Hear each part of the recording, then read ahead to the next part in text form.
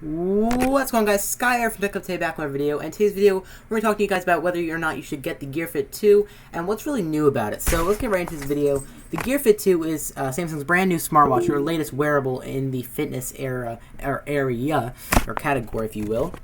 And it's really focused towards fitness, just like how the Gear Fit first generation was. Now, I have to say, admittedly, this is, in my personal opinion, a much better variant of last year's version. Comparing both of them, this is a much better version. I think it's more refined, a better look. I think to an extent, a nice curved display, much like last year's. It looks great. And I think it has very similar software, I believe, to the Gear S2 and Gear S2 Classic. So it's not bad at all. And keep in mind, it's only $179. Now, keep in mind, you can buy things like the Apple Watch for $249, but keep in mind, it also works with all Android devices, 1.5 gigs or higher with 4.4, or Android version 4.4, but comparing that to Apple Watch, which only works with an iPhone 5 or higher, it's a good option. I mean, for what you want, if you're totally focused towards fitness, and you want that GPS functionality, it's a good buy. It's a good option because this has GPS options. It has a music player built in, which is a pretty awesome feature. I think it works with the Milk Music application. There's advanced fitness tracking, like GPS, built-in GPS, heart rate monitor, calls, texts, and notifications, which is a pretty awesome feature. I'm a big fan of it. Multi-sport tracking, much like with the Apple Watch. Sleep monitoring, which with the Apple Watch, you have to download all these apps and all that to do that, but it does work. But I mean, this is built in, so you don't have to really worry about that. And auto tracking. Now, so basically, for the most part, other than the GPS part of it, it's very similar to the Apple Watch and a lot of other wearables out there. But quite frankly, I like the design a lot. It looks great. It looks fantastic, actually. I have to say. I wish they might have made some metal in the design, but they didn't. So not much you can do about it. But it is nice. You can download Spotify on there. Now, keep in mind, it's from your phone, so that's disappointing.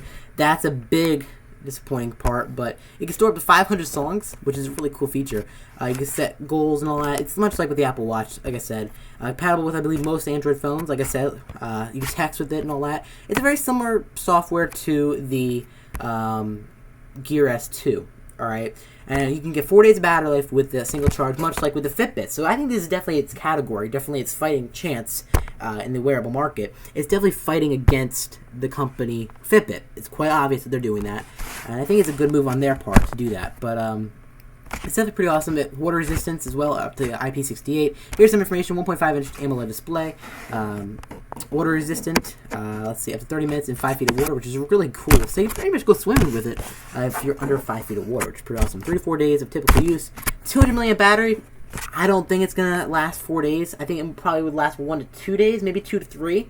I don't think it's going to last 3 to 4. Based on it only having a 200 milliamp battery, I think the Apple Watch even has a 300 milliamp battery. I doubt there's anything great that could be about it. So, just saying, that's just my personal opinion. It comes in 2 different variants, small and large. Obviously, if you have a larger wrist, that'd be the best option. But should you buy it? That's the question. The answer is, for the most part, I'd say yes. I mean, if you're big into fitness, I would say yes, go get it right now. It's a good option. Probably even a little bit better than your Fitbit because it has GPS tracking and all that. So, I definitely recommend it. I know Fitbit has a GPS option, I believe, in one of their wearables, but this is a good option. I think it's a very cheap and affordable option for the majority of consumers. But like I said, let us know what you guys think in the comment section below. You guys are fit towards this.